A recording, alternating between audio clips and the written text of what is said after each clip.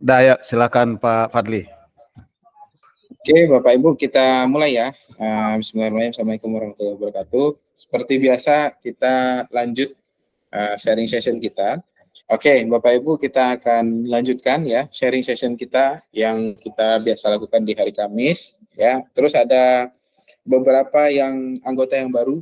Pak Son, kemarin saya minta izin karena saya kemarin dari sana, dari Tambusai Utara, jadi ikut join gitu ya. Apa namanya, sharing session kalau bisa ikut terus lah gitu sampai sampai selesai, karena kita buka course-nya dan kalau ini selesai nanti Bapak Ibu akan dapat sertifikat completion. Terus kalau examnya semua dikerjakan sampai final examnya kita dapat diskon sekitar paling kecil seingat saya 56% paling kecil. Tapi yang tahun lalu saya lihat 76% malah diskonnya untuk ujian bagi yang mau ujian. Tapi yang penting kan kita sharing materi. Yang penting materinya dulu, bahannya. Oke, Bapak Ibu, kita modul 15 kemarin kita bahas soal monitoring tools ya. Sekarang baru mulai masuk ke attacking. Jadi kita akan bahas attacking foundation ya.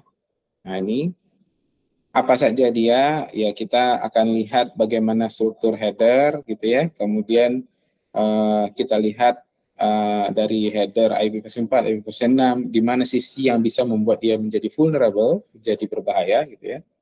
Kemudian kita lihat di sisi TCP apa vulnerability, di sisi UDP apa vulnerability. Jadi pertama kita lihat dulu PDU ya. Nah, jadi dari IP versi 4 dan IP versi 6 pasti dia masing-masing punya details header, paket header. Nah, IP didesain pada layer 3, semoga masih ingat ya. Layer satunya di physical, kemudian di switching kita di layer 2, ya di IP kita di layer 3 ya. Nah, jadi IP di layer 3, kemudian dia punya fungsi utama untuk bagaimana mendeliver paket dari satu host ke host yang lain ya. Kemudian memvalidasikan ya paketnya, kemudian dari paket yang dikirimkan kita akan tahu ini source-nya dari mana, destination-nya dari mana. Nah, karena alasan ini bisa jadi hacker itu bisa mengirimkan paket menggunakan IP yang tidak valid. Kalau di sini disebutkan spoof source IP, gitu. Source IP yang sudah di spoof. Ya. Kemudian hackers juga atau threat actors di sini disebutkan itu dia bisa temper, merubah isi IP header-nya supaya dia bisa melakukan attacking. Jadi kita perlu untuk mengetahui apa struktur dari IP paket. Ya. Jadi ada 4 byte header ya. Nah, di sini isinya banyak ya, isinya banyak. Jadi ini field-field yang ada. Jadi ada 10 field di header field-nya IP versi 4. Ini IP versi 4 dulu ya. Nah, jadi ini ada versionnya, kemudian header length-nya, ya, kemudian ada DS, ada totalnya berapa. Nah, yang paling penting yang sering dimainkan tuh ini, destination IP address, source IP address, ini ya, source IP address, kemudian protokol ini sering dimainkan untuk attacking. Ya. Nah, ini keterangannya, saya rasa tidak usah terlalu lama di pembahasan teorinya gitu ya. Jadi ini versi dari IP paket, kemudian berapa panjangnya, kemudian service type-nya, differentiated services-nya, berapa panjangnya, ya. Kemudian ada flag-nya dengan offset-nya, kemudian time to life. Nah, ini biasanya Bapak Ibu kan suka lihat tuh kalau ping ada TTL-nya berapa, time to life-nya berapa gitu. Nah, itu adalah berapa lama paket itu bisa hidup di jaringan gitu. Kira-kira begitu ya. Kalau dia TTL, setiap kali dia loncat router, maka TTL-nya akan berkurang. Kemudian protokol ya, protokol jangan lupa ada ICMP contohnya, ada TCP, ada UDP ya. Nah, ini kemudian ada checksum. Checksum ini adalah error checking, mekanisme pengecekan error. ada di IP ya, ada tadi ICMP attack, kemudian distributed DOS, spoofing, kemudian MITM tadi ya, sama session ya. Session hijack itu si hacker itu mendapatkan akses ke physical network. Jadi dia menggunakan akses yang ada itu untuk mengambil sesinya. Ya. Jadi dia bisa bisa masuk komunikasi melalui ya. Kalau dia sudah melakukan session hijack, biasanya dia akan melakukan MITM ya, supaya bisa penyerangan bagus, lebih mudah. Nah, ini contoh ICMP attack ya. Atau orang biasa nyebutnya ping of death lah gitu ya. Jadi ICMP attacks ini dibuat atau di-develop gitu ya. Itu untuk dia bisa mengirimkan ya, sebetulnya ICMP itu kan banyak ya. Request, ada reply, kemudian ada banyak sejenisnya. Itu sebetulnya echo request. Nah, jadi kalau kita lihat, ya. Jadi dia menggunakan sederhana. Jadi dia menggunakan ping command untuk membuat message ICMP, kemudian itu disebut sebagai echo request, dikirimkan. Jadi ini dia punya echo request, ya. Kemudian nanti otomatis si target pasti akan membalas. Makanya kalau kita ping ada reply-nya.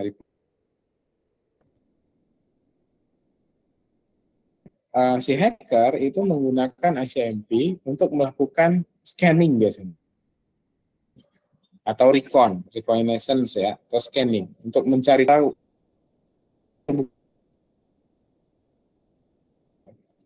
Nah, dia bisa port atau service yang dia lakukan ping, kalau dapat balasan maka dia asumsinya service-nya terbuka, layanannya terbuka. Ya. Nah, ICMP juga bisa digunakan untuk melakukan DOS.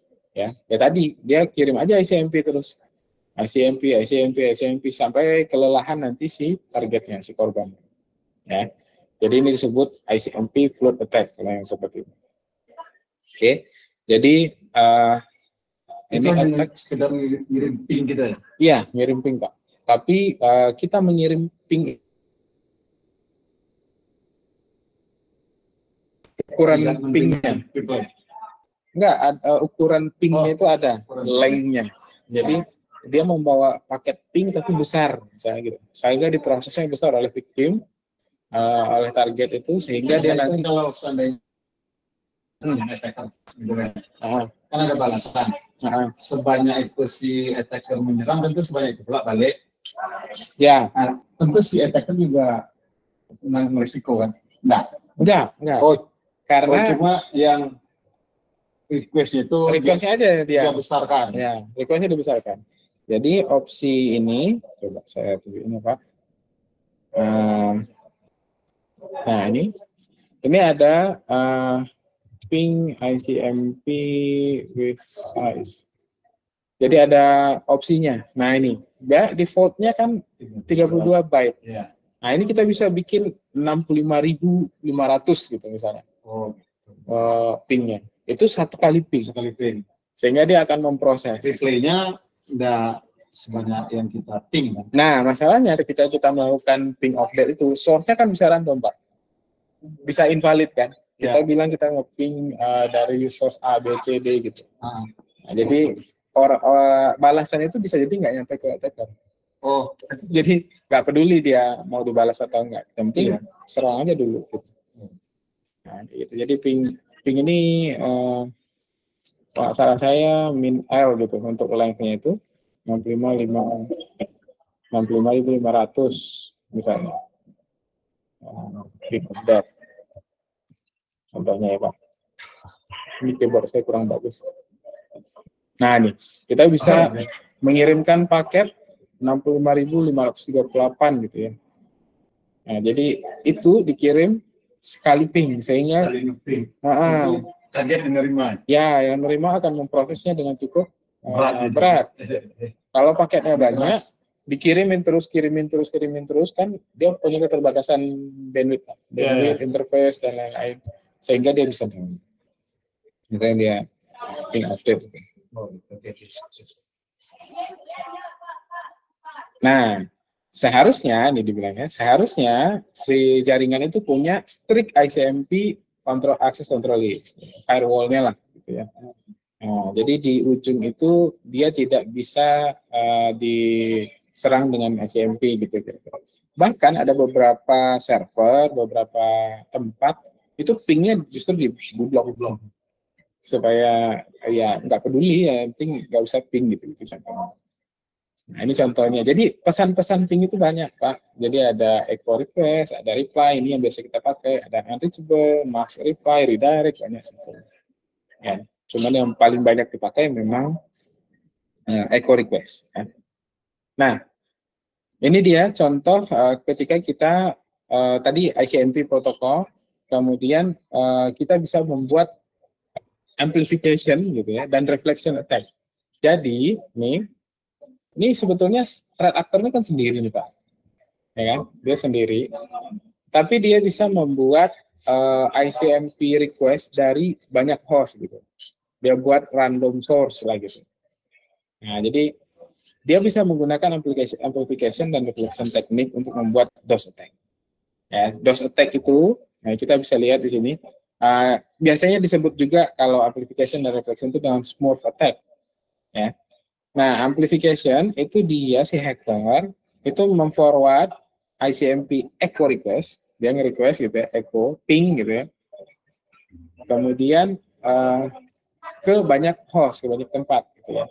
Nah, ini message-nya bisa berisi source IP address dari victim. Ya. Nah, nanti reflection-nya host ini akan reply ke ke si victim tadi. Jadi ini dia bilang ke host-host yang ada di kanan yang merah-merah ini, hey, kamu diping oleh si laptop ini katanya. Sehingga si laptop-laptop yang lain ini akan memberikan balasannya ke laptop ini, bukan ke si attacker. Nah, itu pertanyaan Bapak tadi, Pak. Kalau dia ngeping terus ngebalas, ya habis juga dong hackernya gitu kan, kata Bapak kan. Ya, sebetulnya dia bisa menggunakan ini, amplification dan reflection. Jadi dia amplify ke orang lain, gitu, dibilangnya, kamu diping oleh si biru, maka semua merah ini akan mengirimkan reply ke biru. Dia jadi target. Nah, jadi dengan cara kayak gini dia bisa menghabiskan resource yang ada di korbannya, di victim. Nah, spoofing ya. Nah, ini kalau ini protokolnya sudah bukan ICMP ya, IP address spoofing ya. Kita bisa melakukan spoofing ketika threat actor itu membuat paket dengan source IP palsu. Nah, jadi dia bikin dengan source IP palsu untuk menyembunyikan identiti aslinya, ya. Kemudian atau untuk menargetkan user gitu. Jadi threat actor itu dia bisa dapatkan akses ke data gitu ya, atau konfigurasi security. Ya.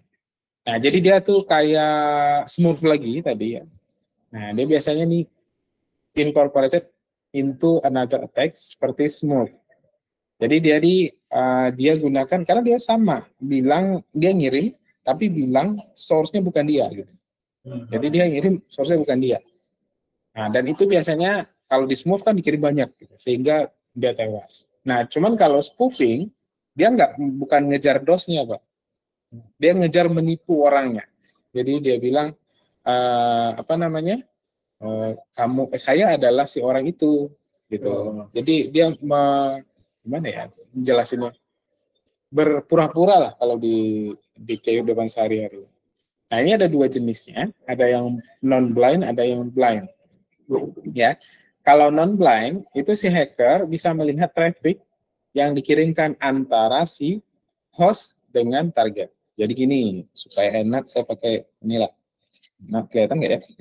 Nih, ya. Jadi yang kanan ini ceritanya adalah si A, kemudian yang kiri adalah si B. Nah, ketika di spoof, kan seharusnya A dengan B ini langsung berkomunikasi nih. Tapi kalau di spoof, ada satu lagi IP, saya yang tengah-tengah nih. Nah, saya yang tengah-tengah nih. Munculkan. Tuh, ada tengah-tengah. Jadi ini hackernya. Hackernya bilang sama si A bahwa saya IP-nya adalah IP yang si B. Dikasih tahu si B bahwa IP-nya dia adalah IP-nya si A. Jadi setiap A dengan B komunikasi, Ini tahu. pasti akan lewat sini. Nah, gitu. Itu yang non-blind. Sehingga apapun yang dikirimkan, dia bisa dapat. Yang di tengah. Yang di tengah tadi. Attackernya bisa tahu. Itu yang non-blind spoofing. Itu yang non-blind. Dia bisa melihat traffic yang dikirimkan antara host dengan targetnya. Jadi, semua data juga bisa terlacak.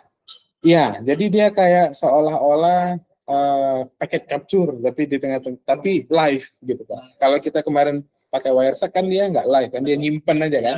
Nah, tapi kalau ini dia bisa langsung nampak. Apalagi kita pakai tools kayak Ethercat itu bisa langsung nampak apa yang keluar masuk. Ada terminalnya di bawah. Nah kalau blind spoofing itu dia nggak bisa lihat yang dikirimkan. Ya, si attacker-nya nggak bisa lihat. Si attacker nggak bisa lihat traffic yang dikirimkan antara host dengan targetnya. Biasanya ini digunakan untuk DOS. Nah itu dia tadi. Kalau si spoofing attack digabungkan dengan smurf, jadilah sebuah attack yang lumayan besar. Gitu. Nah itu blind spoofing dia. Tapi kalau dia memang concernnya untuk ingin lihat kamu sama kamu apa sih yang kamu kerjain gitu. Nah itu dia biasanya pakai non-blind. Jadi diracuni A, diracuni B, ketipu dua-duanya, gitu. Nah ini dia. Nah kemudian di sisi IP bisa, di sisi MAC juga bisa. Kan beda layer tuh Pak. Ya, yang satu yang ditipunya IP-nya, yang satu yang ditipu. Kalau ini yang ditipunya MAC address-nya. Ya, jadi ada attacking yang sifatnya MAC address spoofing, ya, dia attack, ya, digunakan ketika hacker itu punya akses, contohnya gini, colok ke sini, ya. Kemudian dia bisa alter MAC address-nya atau bisa mengganti MAC address dari host-nya. Karena sebetulnya MAC address itu kan tidak boleh ada yang sama. Karena dia dari pabrikan gitu kan, Pak. Dari pabrikan dan tidak mungkin ada yang sama lah gitu di dalam satu. Apanya kita bisa ganti. Nah, jadi berarti ini si attacker di network yang sama dengan si korban. Iya. Nggak harus di network yang sama sih, tapi dia pakai MAC gitu loh. Sebentar, Pak. Oh, ini. Kayaknya ini habis baterai. Tapi masih bisa lah. Nah, jadi yang penting dia punya akses ke network. Nah, threat actor have access to the network. Jadi tidak harus dia di switch yang sama, tapi dia kalau misalnya ada komunikasi dari network A ke network B, kan membutuhkan MAC address, Pak. Nah, biasanya dia mengubah MAC address-nya. Sehingga nanti orang tertipu. Kalau tadi IP yang dirubah, kalau di spoofing IP tadi, ini spoofing MAC yang dirubah. Gitu. Jadi, threat actor itu dia mengalter MAC address dari host-nya, ya. Kemudian dia lihatlah yang ada, gitu ya. Kemudian dia tipu. Biasanya ini router, Pak, yang diapain? Yang diambilnya MAC address-nya. Diambilnya MAC address router, dia bilang dia adalah router. Kalau ini kan kasusnya di sini switch nih, ya. Nah, ini switch AA, BB, CC ini sebetulnya port 1 ini MAC-nya gitu kan. Nah, ini dia nge-spoof AA, BB, CC. Jadi host yang attacking itu bisa mengirim frame, kalau level layer 3 tadi IP, kalau layer 2 dia frame, ya, lewat network dengan MAC address baru. Ya, sehingga switch itu menerima frame, kemudian dia memeriksa frame itu dengan source MAC address-nya itu. Jadi gini, nah ini ada AABBCC di port 1, kemudian dia spoof AA, BB, CC itu. Di switch itu kan dia merekam port 1 apa MAC-nya, port 2 apa MAC-nya gitu. Nah, dia ingin mencoba untuk supaya orang tertipu AA, BB, CC ini ke dia gitu. Nah, gitu loh intinya. Jadi frame yang terkirimkan Menyamakan yang sebenarnya. ya, gitu lah, kira-kira gitu. Ini kalau digabungkan IP dan MAC spoofing itu otomatis 100% komunikasi dia bisa dapat. Baik yang satu network di layer 2 di MAC atau yang berbeda network. Itu dia. Nah nih, jadi switch itu akan mengoverride CAM table-nya gitu ya. CAM table itu kan MAC address table-nya gitu ya. Dengan entry baru ya. Di override, kemudian mengassign MAC address ke port yang baru. Jadi, yang aslinya AABBCC itu ini, karena dia nge-spoof, si switch ini taunya AABBCC itu adalah si hacker. Sehingga ketika ada request, akan masuk ke komputernya dia. Ya, jadi dia akan memforward frame yang harusnya ke sini, menjadi ke sini. Jadi, cara kerjanya begitu.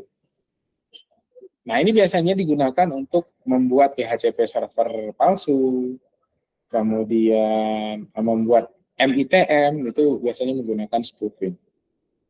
Suara sih? Ya, jadi gini Pak, kita kan bisa merusak jaringan lah gitu ya.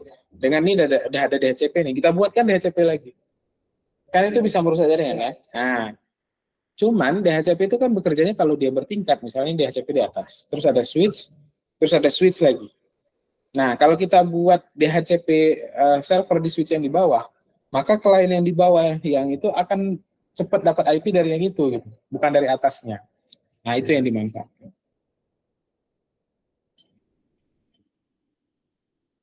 Nah, sekarang TCP dan UDP. Ini konsepnya kayaknya harus paham dulu ya, Bapak Ibu ya. Jadi, koneksi itu ada dua jenis. Ini biasanya selalu dibahas nih kalau belajar CCNA.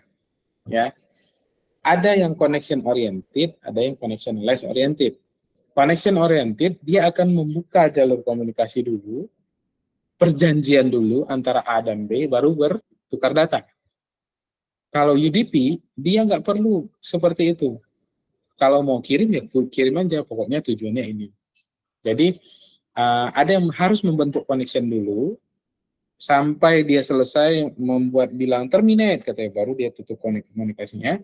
Ada yang langsung dia tidak perlu membuat session dulu, perlu bikin komunikasi perjanjian dulu, kirim ya kirim aja. Nah, jadi ada dua, jadi ada TCP, ada UDP. TCP itu yang connection oriented, sehingga kalau dia punya sesi, paketnya pasti nyampai karena dari sisi sana, dari sisi pengirim dan penerima ada session yang terbentuk dan ada mekanisme checkingnya kan, ACK. Nah, kalau di sini disebut ACK, ya ACK, acknowledgement. Jadi kalau ada paket nomor 1, 2, 3, 5, 4-nya hilang, dia akan kasih tahu sama yang ngirim, saya nggak nerima 4, sehingga akan dikirim ulang 4-nya, sehingga paket pasti sampai. Nah, itu kalau TCP. Cuman karena ada mekanisme pengecekan, ada segmentasi, potong-potong paket, dia jadi lebih lambat dibanding UDP. UDP cepat. Cuman dia tidak ada mekanisme checking. Ya. Jadi dia kirim ya kirim aja. Nah, kalau gampangnya gini lah, zaman dulu kita kenal chatting Yahoo Messenger gitu. Ya kan? Kalau misalnya kita ketik terus nggak ada balasan. Terus halo gitu, ada balasan. Woi, bus gitu kan, sombong, bus gitu kan. Bisa jadi itu orang sana nggak nerima karena protokolnya UDP. Tapi kalau dia TCP, contohnya kalau mau disamakan dengan itu WA gitu ya, atau dulu ada BlackBerry gitu ya, nanti ada checklist, ada D gitu ya, berarti delivered, atau ada R, ada berarti sudah di read. Nah itu bedanya. Nah jadi ada dua, TCP dan UDP. Nah kita lihat TCP. TCP itu punya field-field seperti ini ya, segmen-segmennya ya. Nah, ini ada urgent ya, pointer urgent, ada acknowledgement, ada push function, reset, ada sin. Nah, ini kemarin sempat kita singgung ya. Sin gitu ya. Kemudian fin ya. Ini untuk termination biasanya. Nah, TCP, nah ini dibahas nih sama dia ya, yang saya bilang tadi. TCP itu a reliable connection atau reliable delivery. Ya. Jadi ketika ada yang ngirim, ada jaminan bahwa dia terkirim, guarantee delivery. Ya. Dan dia bisa ada acknowledgement. Ketika pengirim mengirim data gitu ya, dia akan memerlukan ACK kembali. Nah, apakah ini yang saya kirim sampai belum ada gitunya ya. Nah, maka dia biasanya dipakai services yang membutuhkan reliabilitas tinggi. Contoh HTTP, SSL atau TLS, FTP. Nah, ini DNS zone transfer lah ya, bukan DNS request ya. Zone transfer itu pakai TCP dan lain-lainnya. Nah, kemudian TCP punya flow control. Ya. Jadi dia punya flow control supaya dia bisa mengontrol setiap segmen dari waktu ke waktu, ya. Kemudian dia adalah stateful communication. Ya. Ada yang istilahnya kalau di Cisco disebut three-way handshake. Nah, salaman dulu. Hey, aku nelpon kamu ya jam sekian di port sekian gitu ya. Oh iya, oke. Kalau udah oke, baru establish. Dia akan selalu menggunakan establishing itu sampai connection at termination. Terminate, oke, dah putus connectionnya. Itu ada state-nya, ya. Apakah dia new, establish, related dan sebagainya. Itu kalau TCP, ya. Nah ini three-way handshake. Jadi pertama kali itu SYN, ya, diterima SYN, kemudian dia akan ngirim SYN ACK. Ya, ini si penerima akan acknowledgement. Ya, dia bilang saya terima SYN dan ini ACK saya, terus dia lapor balik lagi ACK. Jadi ada three-way handshake dalam komunikasi TCP. Ya, ini step-step. Jadi si klien nge-request ke server, kemudian di server ACK dulu, acknowledgement dulu, ya. Kemudian ngasih tahu kalau mau menggunakan port tambahan atau session tambahan dan sebagainya, itu berbarengan dengan itu, ya. Kemudian ACK lagi dari sisi klien, ya, ke server. Jadi ada proses seperti ini. Nah, maka muncul vulnerability-nya. Kita cerita soal vulnerability ya. Muncul vulnerability-nya. Ada yang namanya SYN flood. Jadi ada SYN-nya dibanyakin sama orang gitu. SYN gitu ya ini. Nah, ini SYN flood attack ya. TCP SYN flood attack, dia akan mengeksploit three-way handshake tadi. Karena karakteristik si TCP itu punya three-way handshake. Ya. Kirim, jadi dia kirim ini ya, contoh di gambarnya. Threat actor, si hacker itu akan secara terus-menerus mengirimkan SYN session. Ya. Kemudian ya dia spoof ya dari source yang berbagai macam lah gitu. Nah, kemudian si target akan reply. Ya. Si target akan reply si server ini. Ya, karena dia SYN ACK harus dikirimkan kembali. Nah, jadi yang kena adalah yang user yang sebetulnya ini yang benar gitu. Jadi yang dihantamnya servernya. Enggak, si ini sebetulnya dua-duanya bisa Pak. Ini bisa juga. Tapi biasanya tergantung balasan ya. Kalau balasannya ke satu target, satu tujuan, dia yang habis. Karena ACK terus gitu. SYN ACK. Ya. Jadi si target itu akan reply TCP SYN tadi ya, SYN ACK tadi, ke spoof IP address tadi. Kan ini ceritanya dia nge-spoofin ini. Ya. Nah, kemudian karena tidak pernah ada ACK lagi, ya kan ini harusnya 1, 2, 3, 4, dikirimkan 1, 2, 3, 4, harusnya baliknya juga 4. Ada. Enggak ada kursor. Iya, kursornya enggak ada. Nah, ini nih, 1, 2, 3, 4. 1, 2, 3, 4. Tapi karena yang validnya cuma satu ini yang ACK kembali gitu. Sehingga ini penuh aja nih koneksinya antara si penyerang dengan si web server ini. Disibuk aja dia mengirimkan mengirimkan SYN ACK. Jadi ada open connection itu terlalu banyak. Dia terbuka aja Kak, tapi nggak pernah close. Nah, kemudian ada RST ya. Nah, kan tadi ada SYN, FIN, RST gitu ya. Nah, ini TCP reset. Ya. TCP reset attack itu bisa digunakan untuk komunikasi TCP antara dua host ya.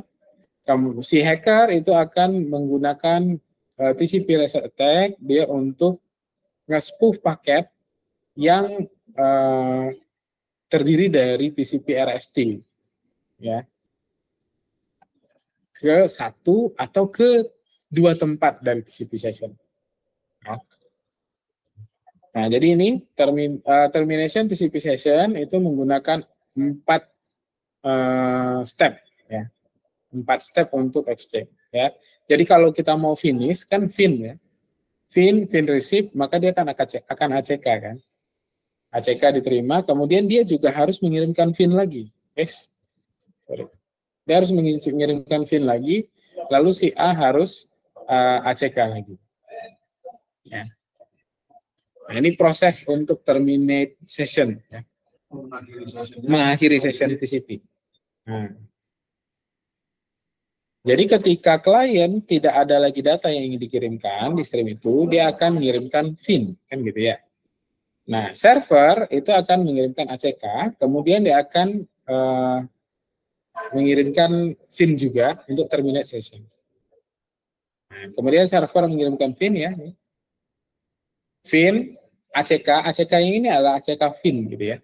Karena dia mengirimkan FIN, terus dia bilang acknowledge, oke, gitu. Kira-kira oke-nya lah gitu. Saya mau finish ya, oke. Tapi si server juga harus mengirimkan FIN ya untuk mengakhiri gitu.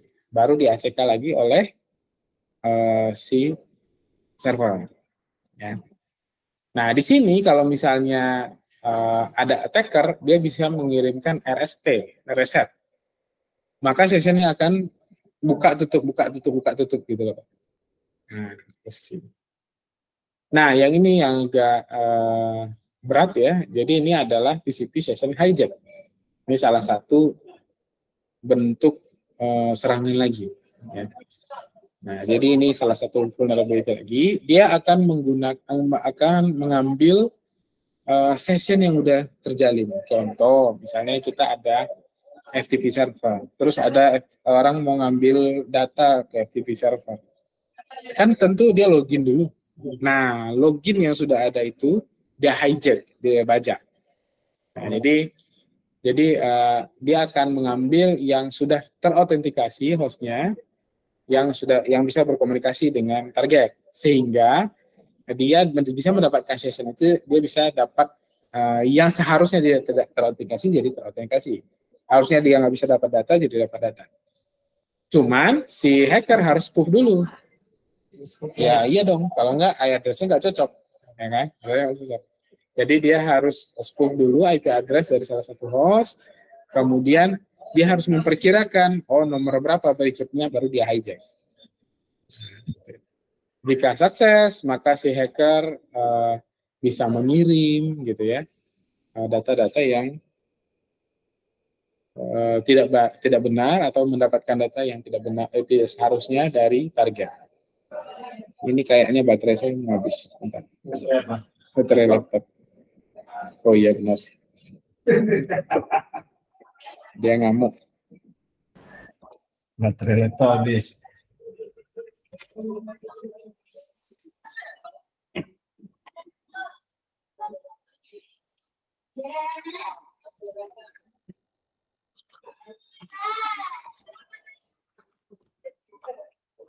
Ini agak kurang enak Pak karena dia teoritis.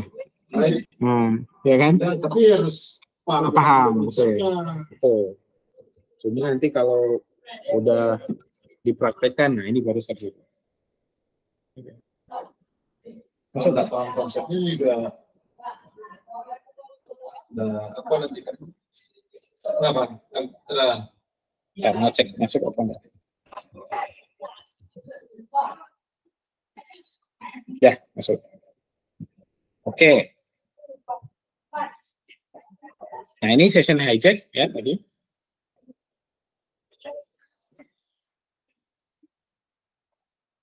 Tes masih ya. Oke. Kemudian kita lihat UDP ya. UDP itu ada sama ya, ada source port, destination port gitu ya. Cuman dia tidak ada mekanisme pengecekan karena dia ngirim aja. Yang dia punya cuman checksum ya. Nah, itu satu-satunya mekanisme dia yang bisa untuk ngecek. Oh, suara saya putus-putus ya? Hah? Oh enggak, ini tadi nih. Tadi. Ya, jadi salah satu-satunya mekanisme pengecekan di UDP adalah checksum. Ya. Nah, UDP biasanya dipergunakan untuk yang tidak harus reliable. Contohnya DNS. Nah, jadi tadi ada DNS, ada DNS transfer. DNS transfer dia pakai TCP 53. Tapi DNS request dia pakai UDP. Ya. DNS juga UDP, DHCP, dia di UDP, TFTP dia juga UDP ya. Ini contoh-contoh protokol-protokol yang UDP ya. Nah, walaupun UDP itu dibilang unreliable connection, bukan artinya aplikasi-aplikasi yang UDP itu selalu unreliable, enggak juga. Jadi kita menggunakan UDP itu biasanya untuk aplikasi atau protokol-protokol yang bisa datanya stream langsung dilihat atau langsung dikonsumsi. Contoh telepon. Misalnya kita pakai telepon VoIP lah misalnya. Kita VoIP dengan teman kita nelfon. Kan ada kemungkinan putus-putus tuh. Di GSM juga ada putus-putus gitu kan. Tapi yang kita butuhkan adalah speed untuk komunikasinya. Nah, makanya Bapak-bapak, Bapak Ibu kalau coba nelpon pakai WA pasti delay. Pasti delay dan itu menjengkelkan gitu kan ya. Kita udah ngomong banget gitu. Terus nunggu dulu berapa second baru dapat suara balasan gitu kan gitu. Karena dia memang TCP. Jadi ada mekanisme pengecekan jadi lebih lambat ya. Tapi kalau kita nelpon pakai GSM kencang, nggak ada yang namanya delay. Kencang, tapi ada potensi untuk putus-putus suaranya. Misalnya signalnya kurang baik, putus, hilang sedikit, nah it's no problem lah. Nah biasanya UDP yang kita pakai untuk fungsi-fungsi yang kayak gitu. Nah, UDP itu tidak bisa diproteksi, tidak ada proteksi enkripsinya. Ya. Nah, ada cara di artinya komunikasi menggunakan UDP itu lebih banyak yang vulnerable, lebih banyak yang tidak secure. Kenapa? Karena siapa saja bisa lihat trafficnya, karena tidak di-encrypt, ya, sehingga bisa dilihat, bisa diubah, bisa dikirim lagi, ya. Maka sama ada possibility untuk UDP di flood, ya, sama di flooding gitu ya, di apa namanya? Di DOS, ya, kira-kira begitu. Untuk supaya network resource-nya penuh, ya. Nah, dia bisa gunakan tools untuk UDP untuk melakukan flooding, misalnya ada UDP Unicorn atau LOIC, ini paling sering dipakai. LOIC ya, low orbit ion cannon. Ini banyak dipakai untuk melakukan flooding UDP paket. Ya.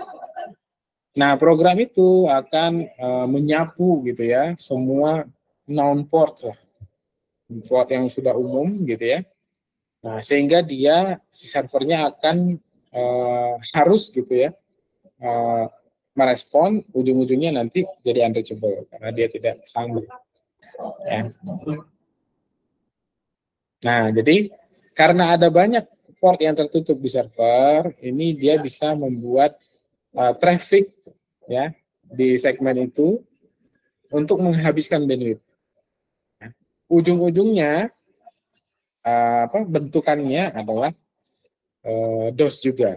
Ya, jadi ya, kalau udah atas nama flooding, mau dia ICMP flooding, mau dia TCP flooding, tujuannya cuma satu. Mau UDP flooding, tujuannya cuma satu. Memenuhkan, bikin dia capek, bikin dia tewas. Cuma itu aja. Yang disasar server atau Bisa apa aja, Pak? Bisa switch, bisa router, bisa server, apa aja. Yang penting kita bisa lihat di situ, oh dia menggunakan protokol apa. Makanya kita perlu scanning dulu. Kalau switch yang disasar berarti traffic di switch dibuat banyak. Iya, sehingga ada cerita kan kadang-kadang switch-nya hang. Nah, itu switch hang itu bisa dua possibility, Pak. Bisa jadi memang dia sudah terlalu banyak traffic yang diapakan dia capek gitu. Atau bisa jadi pada saat itu dia sedang diserang. Sedang ada flooding di situ. Merusak jaringan ini kan gampang, Pak. Sebetulnya. Ketemu switch misalnya kan. Nah, terus colok kabel. Udah, tewas itu semua. Satu gedung bisa tewas. Oh, ternyata sudah summary ya. Ya, inilah. Di situ aja. Ya, muter-muter ya, looping ya. Inilah summary-nya. Jadi kira-kira gini loh bentukan tipe-tipe attacking. Ya. Ada yang ICMP, ada yang DOS, ada yang DDoS, ya. Kemudian ada spoofing, MITM, dan session hijack. Nah, ini summary-nya. Mungkin nanti saya bisa tunjukkan karena ini habis ya. Masih ada waktu kan? Masih. Jadi saya bisa tunjukkan contoh ya. Yang tadi lah, yang gampang sebelumnya.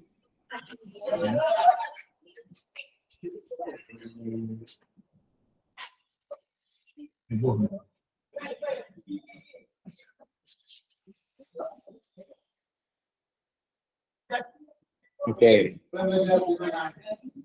Yang paling gampang kan ping ya.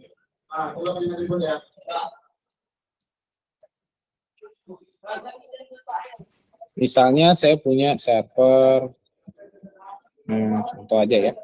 Kenapa nih? Mau Menunjukkan kalau ping itu bisa dikirim paket besar gitu. Oh, jadi server siapa?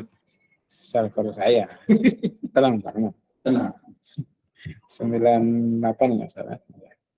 Nah ini kan standar ya. Ini adalah ping standar. Biasanya dia mengirimkan 32 byte. Nah sementara kalau kita mau mengirimkan, nih sambil kita buka ya. Saya bagi dua. Satu kanan, satu kiri. Ini.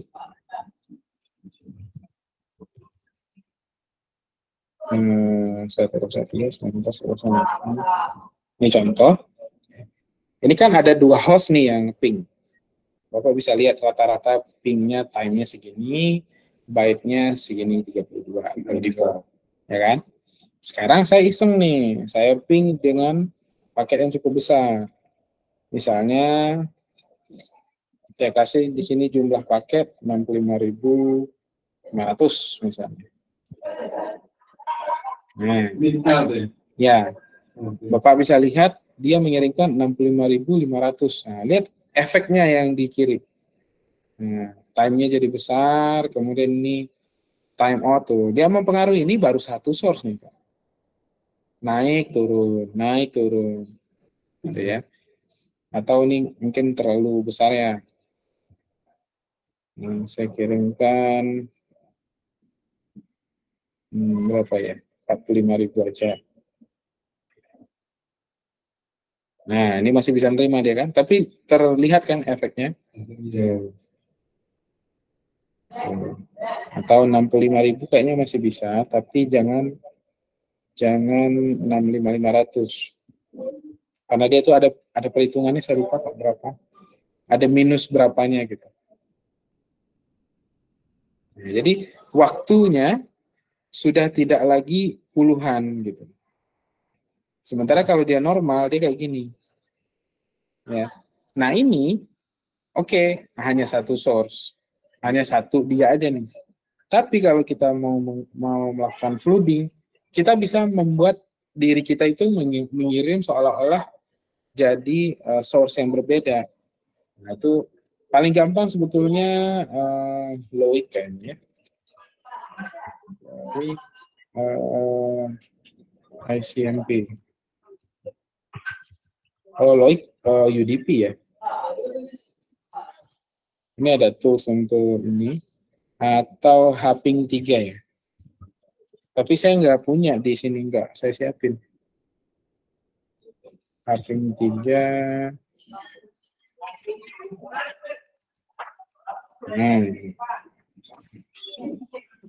Nah, ini nih. Jadi bisa pakai Haping 3 ini untuk melakukan penyerangan. Ini teknisnya kira-kira begini. Saya nggak bawa kali Linux.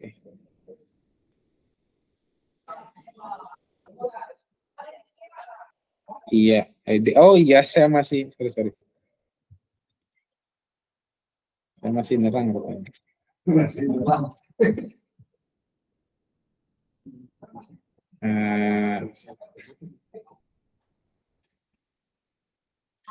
Nah ini ya, bisa Synflood. Synflood ini juga bisa digunakan Haping 3. Wah ini lambat ya. Ini script D-nya lambat. Atau jaringan saya ini lambat. Lagi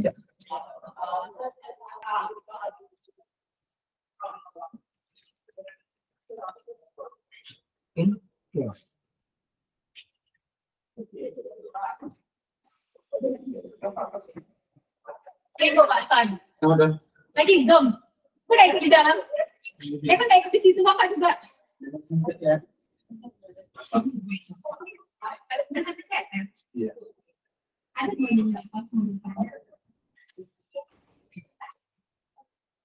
Nah ini Haping 3, nah ini. Ini kita ngedos port 80-nya si website. Saya belum ada website pula ya. Gimana cara simulasinya?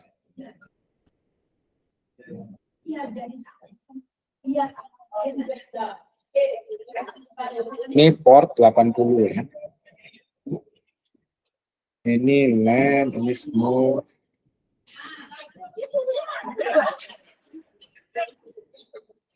Coba ya. SMKR 5. Iseng ya Pak?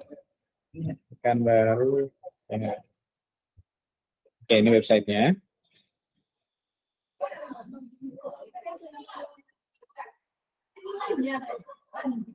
Wah ini aja udah lambat ya.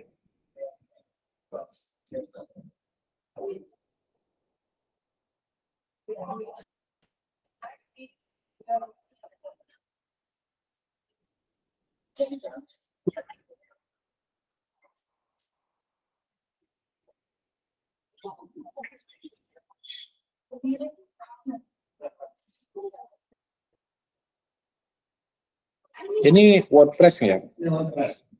Oh, iya.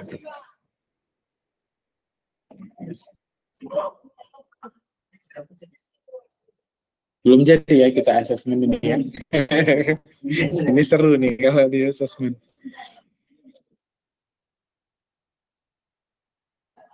Ya WordPress. Cuman nih jaringan saya kayaknya kurang. Nah ini website SMK 5. Jadi kita coba apa namanya? Saya coba kayaknya saya ada di sini server.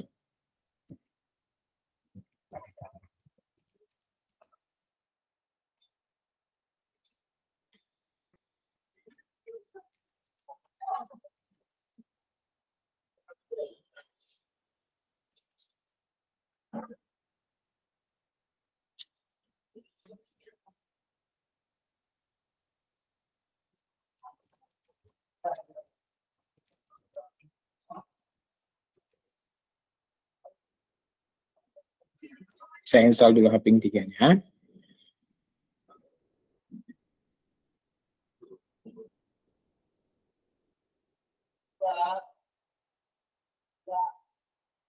Kayaknya ini udah ada anti DDoS kali ya.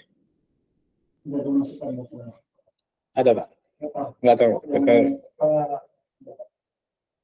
Saya coba cek ya Pak.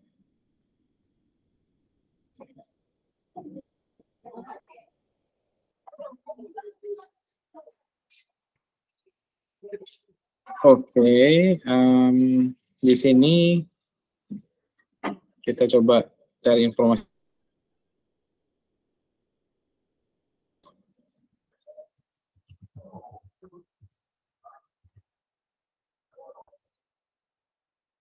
Sorry. Oh, enggak nih. Kayaknya enggak ada anti DDoS. Kita coba ya. Jadi ini posisinya dia lagi hidup, ya. Kemudian kita iseng nih mau melakukan DOS.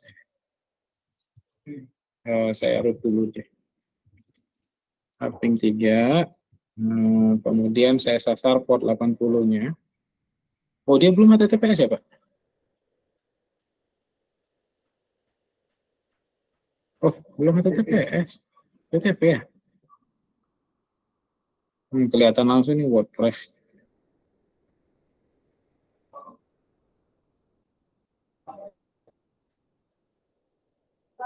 Oh, serius, Pak? Padahal HTTPS sekarang udah gratis loh, Pak. Iya, belum. Kita coba ya. Port 80. Walaupun kita nggak sampai dia down ya, cuman melihat apakah ada pengaruh atau enggak. Nah, ini contoh saya ngirim ya. Ngirim request gitu ya. Nah, ini masih oke. Nah ya.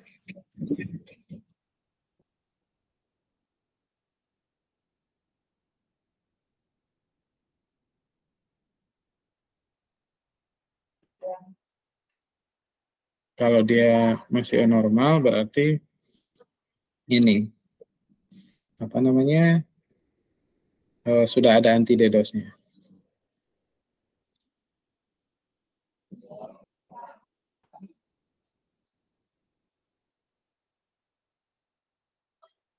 Oh, saya coba cek dulu. Sambil saya cek ya.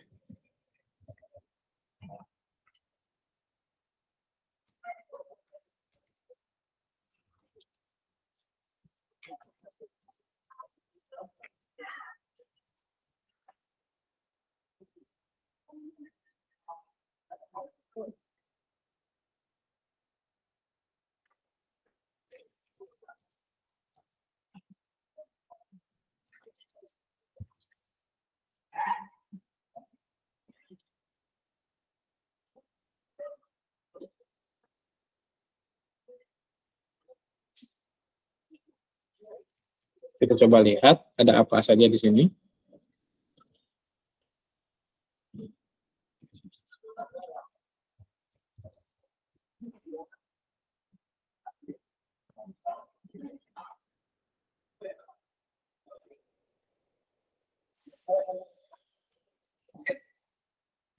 Kenapa sekarang Mau coba DDoS, Pak? DDoS? Coba DOS aja sih, jangan DDoS.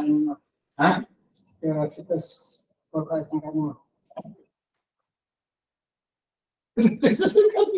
Atau PCR lah, PCR. PCR ada anti DDoS. Hah? Itu juga kan? Hah? Nggak ada masalah itu. Kan Ini diri lagi kan? record soalnya, Pak. Gak enak nanti. Hah? Kalau di record nanti kasih tahu. Nggak, ini kan lagi di record nih. Oh, gini. Yang pas ini di cut. Oh. Dia edit lagi, Pak. Nggak, belum mulai kan?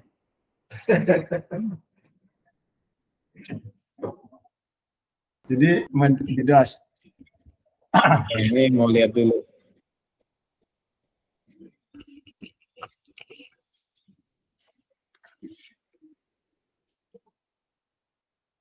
Empat tiga 80 443.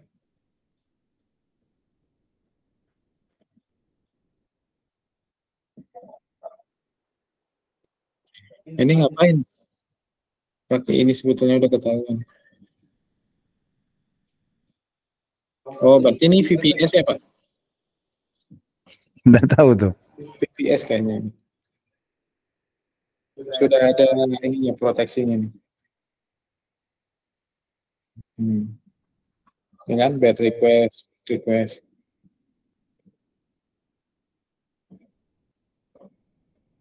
Hostinger. belinya di hosting aja. Ya, nggak bisa nih kita ini. Nggak bisa nih, ada anti DDoS-nya. Susah sih nunjukinnya. Atau ke tempat saya ini. Ada NPE. SMK 7 boleh Mas Joko.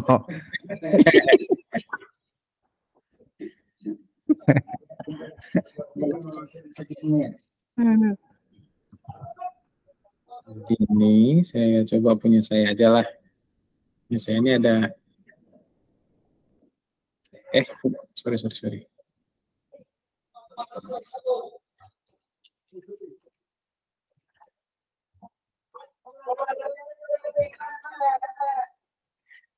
Oh ya ini. Coba ya, ke sini targetnya.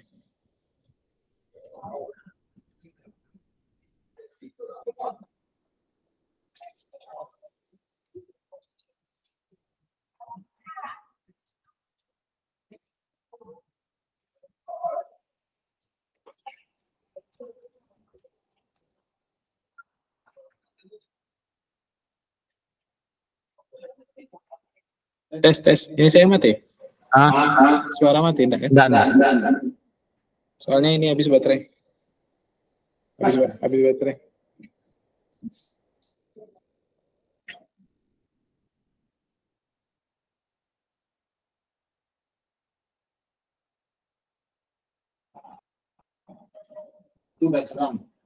Belum, dia belum ngirim nih. Saya takutnya saya udah pasang protection.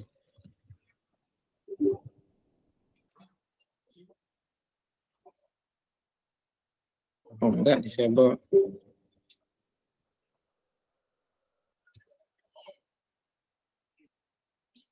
Kayaknya harusnya saya siapin target nih sebelum ini. Ya nggak bisa kita demoin jadi.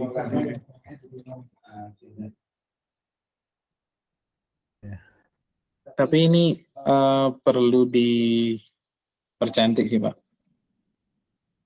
Menurut saya ya. Apanya nih Pak? Pertahanan webnya. Oh. Ketahuan banget nih. Tuh. Ini ketahuan banget soalnya. Ya kan? Ini bisa udah berpotensi untuk menarik orang untuk nyerang. Seharusnya tutup aja. Walaupun pakai WordPress ini bisa diganti, bisa ditutup kok. Belum nanti kita ada web scan kan kalau di Kali itu. Nah, jadi bisa pakai itu untuk asesmennya.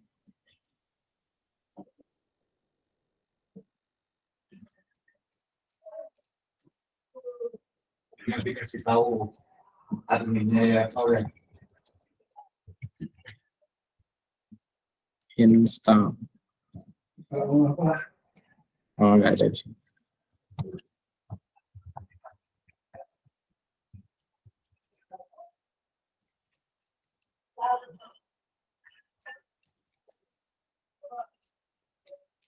Ya mungkin nanti inilah kita coba tes lah. Kalau sekarang kayaknya kelamaan nanti udah jam 12.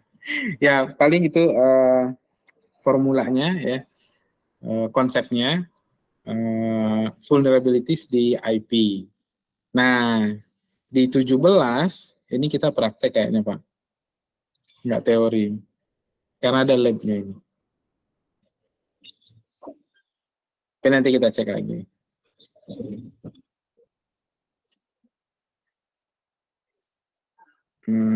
Coba. Ini masih bicara soal IP service. Nah iya, ini udah nyerang nih Pak. Tuh, nyerang. Ini udah nyerang. Ada HTTP. Tapi ini konsep kalau yang di sini. Nanti kita cek lab-nya apa ada prakteknya atau enggak. Pak Fadli putus ya? Oh, terus ya?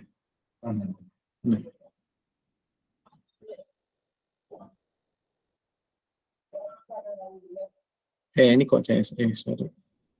CyberOp.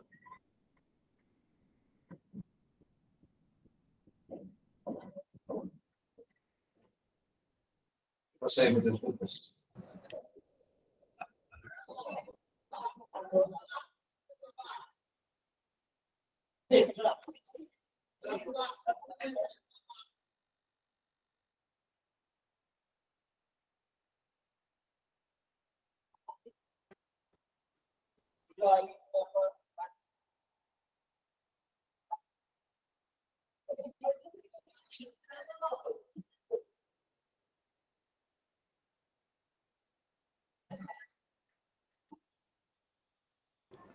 Ya berarti besok pakai apa itu? Pakai ya Cyber Workstation kemungkinan. Cyber yang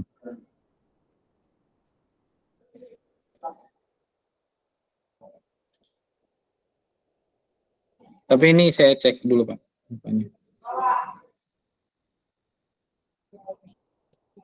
Lab sources nih.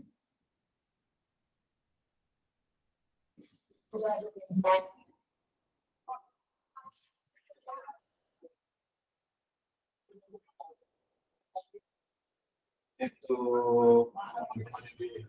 Tangsai Utara filenya Oh iya, ada yang harus di-download ya. Di deskripsi grup ada Pak? ada. Ada di deskripsi grup.